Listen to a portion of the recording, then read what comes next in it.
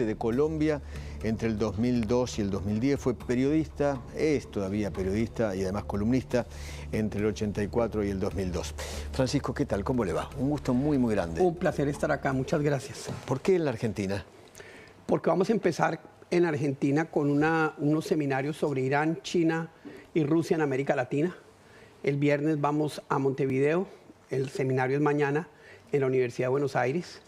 El martes de la próxima semana vamos a Santiago, vamos a hacer 15 seminarios a lo largo y ancho, después sigue México en octubre, para contarles la amenaza que hay a la democracia por parte de estos países, cómo Irán funciona de manera distinta, pero de la mano de Hezbollah, cómo Rusia, apoyada además por China hoy en la guerra en Ucrania, tiene objetivos distintos, pero siempre esos objetivos son destruir la democracia, y cómo hacer negocio con China puede ser muy bueno en el corto plazo, pero tiene unas implicaciones y unos peligros en soberanía, en corrupción, en monopolio, que son tremendamente riesgosos para las economías de nuestros países, para las democracias de nuestros países y para la soberanía de nuestros países. Ahora, Irán metido en Bolivia, por ejemplo, ¿no? No, hasta aquí, están metidos en Bolivia, están metidos en Venezuela.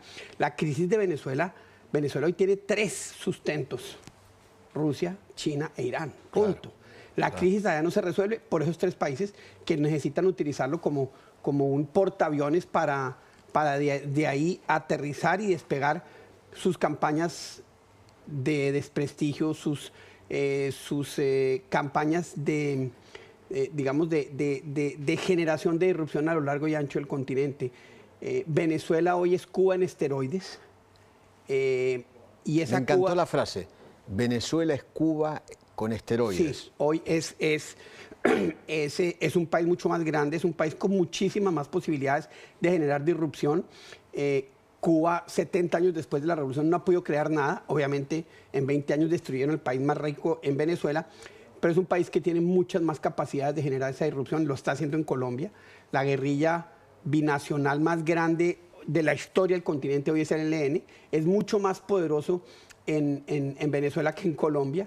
Generan tremendos problemas en Colombia, pero ya están metiéndose en Ecuador, están metiéndose en Panamá, y todo eso tiene que ver con Venezuela ser el epicentro de la irrupción de la democracia en la región. Petro, ya que hablamos de su país, el presidente Petro es un narcoterrorista, como dijo nuestro presidente Javier Milei. Absolutamente. Absolutamente. Milei no mintió. No mintió. La historia de... Él se siente ofendido. No. La historia de Petro es clarísima. La historia de Petro es absolutamente clara y transparente en ese sentido. Él hacía parte de una organización que se tomó el Palacio de Justicia, financiados por Pablo Escobar. La organización a la que él pertenecía secuestró ciudadanos por plata o por interés político, asesinó empresarios, asesinó un líder sindical porque supuestamente estaba evadiendo sus labores como líder sindical. Es una organización que usted dice que es una organización terrorista y de narcotráfico, y el M-19 en todas sus expresiones sale así. Es eso. ¿Este es el eje del mal actual en Latinoamérica? Ahí faltan algunos. Ahí me parece que... ¿A quién agregaría? Hace falta Correa, fundamental. Pero Correa no está en el poder. Pero usted no se me... Pero Correa, jode. Pero Correa estuvo contratado por RT. RT es el canal de propaganda de Rusia lo tenían contratado hasta que alguien dijo, oye, ¿cómo así que un expresidente está contratado? Sí. Ahí, ¿Le falta Lula a esto? A mí me parece que hace falta Lula y hace falta AMLO. AMLO, claro. AMLO que está acabando con la democracia de México. Yo creo que la última elección democrática de México se dio este año. Ahí van para un gobierno de partido único. El tema de los jueces va a acabar con el Estado de Derecho. Bajo una supuesta democratización va a acabar con el Estado de Derecho y las reglas del juego claras y lo que llaman los americanos el rule of law se va a acabar, y eso pues va a beneficiar el partido único. Pero AMLO está de salida ahora. ¿O usted cree que la futura presidente sigue la misma línea? No solo sigue la misma línea, sino que tiene una diferencia con AMLO. Es ordenada, es juiciosa, es disciplinada, no es del PRI, es mucho más ideológica. El futuro de México va a ser muy, muy, muy complicado. ¿Nos puede contar cómo fue su secuestro? ¿A usted lo secuestraron en Colombia? ¿Lo secuestró Pablo Escobar Gaviria? A mí me secuestró Pablo Escobar Gaviria en el año 1990, el 19 de septiembre. Eran los momentos más terribles del narcoterrorismo. Me secuestraron, obviamente por aparte, pero era un grupo de periodistas secuestrados con los que él pretendía y logró presionar a la sociedad, presionar a una asamblea constituyente en ese entonces. Mire la nota, secuestrado ayer Francisco Santos. Qué joven me veía, ¿no? Ya no tenía pelo blanco. Pero ¿qué siente cuando ve esto? ¿A dónde lo remonta? Eso cambió mi vida. Estoy vivo de milagro. Mire, yo entrevisté a Popeye, que fue quizás el sicario más emblemático de Pablo Escobar, claro, 20 años después, cuando yo estaba en la radio. Y él estaba en la cárcel de Cómbita en Boyacá, y yo con todas las cosas de radio, y él entra y se queda mirándome y me dice en este acento paisa: doctor Santos, estoy viendo un fantasma. Y le dije, ¿por qué, Popeye? Me dijo, porque usted debería estar muerto. Yo debería estar muerto. Yo estoy aquí de milagro. Yo estoy acá por acá la señora que me protege y me ha cuidado. ¿Por qué cree que no lo mataron? Si mataban a medio mundo. ¿Por qué usted no? Porque dio la orden de matarme y Marta Nieves Ochoa, que fue secuestrada por el M-19, volvemos a los orígenes de esa violencia, y su grupo, eso creó la primera organización paramilitar que se llamó Muerte a Secuestradores, lo crearon los narcos, dio la orden de matarme, ella le dijo, lo encontró porque él estaba escondido y le dijo, matan a Francisco Santos y nos matan a todos. Era un nivel digamos, de conflictividad que ponía en riesgo a ellos brutalmente, y él tomó la decisión de no matarme. Ahí en ese entonces mataron en primera instancia a Marina Montoya, que era la hermana del exsecretario general de la presidencia que acaba de salir. Pocos días después mataron a Diana Montoya, la hija, a Diana Turbay, la hija de un expresidente de la República. ¿Usted era hijo del dueño de uno de los diarios más importantes? Yo era hijo de Hernando Santos, el dueño del periódico, el accionista más grande del periódico El Tiempo. El Tiempo. Había sido un columnista muy duro contra uno de los diarios más importantes de Colombia. Sí, sin duda. Era entonces el diario más importante. Más importante, claro. Y nos tocó librar esa pelea. Sí, ese fue el día de la liberación. Ahí está mi esposa, mi viejo que... ¿Cómo lloraba su padre? Y eso que no... Le cuento una anécdota. Después estábamos en la casa y me dice, ay, mijito, bueno, afortunadamente usted estuvo en una finca y nadaba y le dije, no, papá, yo estuve encerrado en un cuarto encadenado a una cama a los 8 meses. Mi padre ahí lo ves, después de esa conversación que se dio una hora después, era 30 años más viejo. Y uno de los temas del secuestro es que la familia, o sea, todo el entorno sufre tanto. Los amigos, mis hijos, yo tenía 2 hijos, uno de 1 año y medio, otro de 6 meses, mi esposa. Yo creé una barrera emocional que la tumbé 20 años después. ¿Pero cómo hizo para soportar su cabeza? ¿Cómo soportó ese tiempo? Esa barrera emocional que construí, porque cada vez que mi padre escribía unas noticas cada mes que yo cumplía un mes de secuestrado, contándome cómo estaba mi esposa, y yo leía eso y me derrumbaba. O sea, me derrumbaba, era que yo quería suicidarme, cosa que estuve a punto de hacer. ¿En serio? Sí. Alguien me contó que usted tenía una Gillette, una hoja. Yo estuve a punto de suicidarme porque dije, ya no resisto más. La máquina de afeitar la desarmé, puse las ¿Hoja de afeitar? Sí, la hoja de afeitar debajo del colchón. Y ese domingo dije, esta noche hago así por la noche y ya. Me abro las venas. Y chao, calladito, nadie va a saber y amanezco muerto. Y ese día me llevaron el periódico, El Tiempo, y empiezo a leerlo y hay una columna del padre, el guía espiritual de la familia, el que me casó, y la columna decía, no se suicide. No. O sea, esa columna a usted le salvó la vida. Me salvó la vida. Ese diario, su diario. Ese día. Y le pregunté a mi padre en eso y le dije, papá, ¿por qué publicaste esta columna? Y me dijo, ¿por qué me estás diciendo? Me dijo, porque ese día me llevaron el periódico, yo había tomado la decisión de suicidarme y esa columna me salvó la vida. Mi papá se puso blanco, verde, rojo y me dijo, mire, esa columna duré un mes leyéndola y no la quería publicar hasta que dije, la voy a publicar hoy. Y esa coincidencia, yo no sé, yo es que soy muy afortunado. Esa protección de la Virgen y de Dios, en quien creo profundamente, le dijo a mi padre, publíquela hoy y me salvó la vida. García Márquez, tengo entendido que se basó para hacer su libro Noticias de un secuestro, ¿en su secuestro? Sí, claro, en el secuestro de todos los, de ese entonces, de Maruja Pachón, de Marina Montoya asesinada, de Diana Turbay asesinada, de Jero Bus, un periodista que fue con Diana Turbay. A ellos los engañaron diciéndoles que iban a entrevistar a un líder del ELN. No, los secuestraron y lo llevaron para Antioquia. Ella estaba con un camarógrafo, estaba con un luminotécnico, estaba con 2 periodistas más. Los secuestraron y esa historia es noticia de un secuestro, la historia de ese libro, sí, que no lo he leído. ¿No lo leyó? No, yo... ¿Por qué no lo leyó?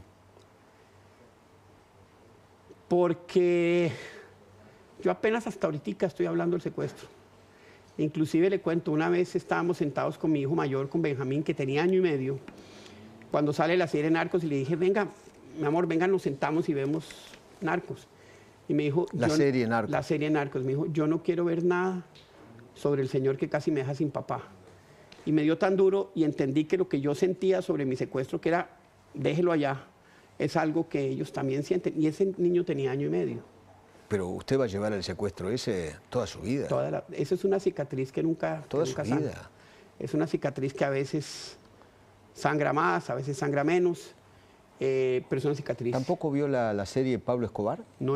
Miren, no he leído este libro, no veo las series de Narcos, no veo las series de Pablo Escobar, no me interesa porque mi vida siguió, me transformó la vida. Qué terrible asesino, ¿no? Ese Pablo Escobar, una cosa impresionante. Un Da Vinci del mal era.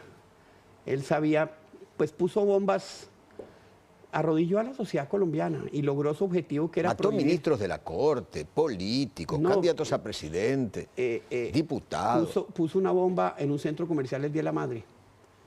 Así era. Y mire cómo las vueltas que da la vida. Él logró que se pusiera en la Constitución la prohibición de extradición para poder... Él no quería ir a Estados Unidos porque sabía que ahí perdía. Y él sabía que ahí hubiera pasado el resto de su vida. Y yo fui parte del gobierno que más narcotraficantes extraditó a Estados Unidos. ¿Con Uribe? Con Uribe, porque nuestra lucha contra el narcotráfico, como la génesis de gran parte de la violencia en Colombia, era fundamental. Y teníamos clarísimo que la extradición era un elemento crítico. Los líderes paramilitares, todos se fueron extraditados a Estados Unidos, muchos de ellos siguen pagando después de 20 años en la cárcel, se lo merecen. Entonces la extradición era un elemento fundamental. ¿Cómo lo elige Uribe vicepresidente, candidato a vicepresidente? Porque vimos hace un rato, ponle la foto otra vez. ¿Cómo lo elige? No me va a creer esta historia. Yo estaba viviendo en España, trabajaba en el diario El País. Me tocó salir de Colombia porque después de que vino el secuestro, yo me volví un activista. Además de ser periodista, me bajé de la barrera a torear. Y entonces me metí en el tema de la lucha por la libertad contra los secuestrados. Esa fundación que se llamaba País Libre, la cerramos en el 2012 cuando ya había menos de 100 secuestros. En el 2011, cuando ya dijimos, ¿para qué la mantenemos? Yo creo que es la única ONG que ha cerrado en su vida. Hicimos marchas contra el secuestro en el 96. Hicimos marchas del No Más en el 98, en el 99, durísimo contra la FARC, contra el ELN. Y la FARC dio la orden de matarme y me salvé otra vez de milagro. Estaba en España, había seguido la campaña desde allá. Escribí una columna diciéndole al presidente Uribe, en ese entonces candidato, mire, me leí los programas de todos los candidatos y dije, el único tipo que tiene el país claro es este. Y un día me llaman y me dicen la asistente, mire, el candidato Uribe ¿usted cuándo quiere hablar con usted? Y le dije, mire, yo voy precisamente mañana a Bogotá porque estaba buscando cómo convertirme en comentarista deportivo para el Mundial del año 2002. Y porque ya tenía que mantenerme, ya el tiempo me ha dicho, no vamos a seguirle pagando. Iba a eso. ¿Esta foto? Esta foto es recién salido el secuestro. Ese es el hijo mayor, Benjamín. Ese fue el que me dijo, yo no quiero ver nada que tenga que ver con Pablo Escobar. Esa es la edad que tenía cuando yo salí del secuestro. Esa foto es ¡qué bárbaro! Una semana después de... ¿Esa es la selección de Colombia? Ese era mi equipito Santa Fe. Ah, Santa Fe, no la selección de Colombia. No, ese era el equipo. Okay. El Tren Valencia. El Tren Valencia es el de la derecha, el que jugó en el Bayern Múnich. Claro. Que les hizo creo que 2 goles aquí en el 5-0 de... Sí, tremendo. Tremendo. Pero déjeme le termino lo de cómo acabé. Y entonces llego y me dice, es que él quiere hablar con usted de 2 temas. El tema del manejo de los periodistas porque le daban muy duro. Y el tema de derechos humanos. Y entonces fui y hablamos 2 horas o 1 hora. Y me dice, hombre, tengo un problema, el candidato a la vicepresidencia se me cayó porque era un ministro y el procurador dijo, los ministros y quienes están en funciones no pueden ser. Y empezó a preguntarme por gente, me preguntó por Mauricio Rodríguez, le dije, mire, es un periodista, tiene esto, no hay que, me preguntó por Juan, me preguntó como por 4 o 5 personas y yo le hice mi comentario y de pronto se queda viéndome y me dice, ¿y usted? Y yo no sé por qué dice, sí. No. Así fue. Y me tocó decirle, pero mire, candidato, doctor Uribe, yo no sé nada de gobernar. Yo soy un periodista. Yo no tengo la menor idea de cómo es eso. ¿Usted está seguro? Y me dijo, mire, para gobernar bien solo se necesita una cosa, confianza. Todo lo que usted haga tiene que generar confianza. Si es algo sobre orden público en las fuerzas militares y en los ciudadanos. Si es algo sobre empresarios, en los empresarios. Usted lo único que tiene que meterse en la cabeza es la palabra confianza, cosa que fue un gran consejo, pero además la mayoría de políticos no hacen eso, solo hacen lo que les sirve a ellos. Y la confianza no necesariamente es lo que le sirve al presidente, sino que genera que los ciudadanos crean en las instituciones, en los gobernantes, en los políticos. Le agradezco tanto que haya venido. Gracias. Muchas gracias. Gracias por el testimonio. Y casi me pone a llorar con esa foto. ¿La de su hijo ahí? ¿Por qué? ¿A dónde lo lleva esa foto? ¿Dónde lo pone? Me lleva unos momentos, cuando yo regreso a la casa, regreso al secuestro. Esa noche no puedo dormir. Y pasan 2 cosas. Veo que el baño tenía 2 duchas, que era algo que habíamos soñado con mi esposa. Veo un sofá nuevo y cuando se levanta le digo, ¿cuánto debemos? Debemos estar quebrados porque yo manejaba la plata y nunca me alcanzaba. Y me dice, no solo eso, sino que tengo esta plata ahorrada. Y le dije, de aquí en adelante usted maneja la plata. Desde entonces él la ha manejado. Pero lo segundo es que de pronto sube el más chiquito, que cuando me secuestraron apenas gateaba. Sube, estaba yo hablando con un medio de comunicación por la radio y sube él con el tetero y me mira y no se acerca. Y como que dice, yo conozco a este señor, ¿quién es? Porque ellos la noche anterior no me vieron. Y entonces Juan Gozaín, un gran periodista colombiano, me dice, cuénteme lo que está pasando. Y yo le empiezo a contar, mire, mi hijo está dudando, era el otro hijo más pequeño, no sabe quién soy yo, porque yo era muy cercano a ellos, yo los llevaba al colegio, yo vivía pegado a ellos. Y yo le hablaba y le contaba y se acercaba un pasito. Y de pronto, ¡pum!, como que dice, este es mi papá, bota el tetero, se me bota. Y nos despegamos durante como una semana que él no se quería despegar de mí. Impresionante. Entonces, ese es un dolor que queda toda la vida. Estos son 8 meses de mi vida que murieron. O sea, un pedazo de mi vida murió. Nunca, no tengo, o sea, todo lo que pasa alrededor de la normalidad ya no existe. Nunca se puede recuperar. Y ese es un dolor que permea a todas las capas de la familia y de la sociedad. Francisco, gracias. Gracias infinitas. Gracias. Seguía Simons en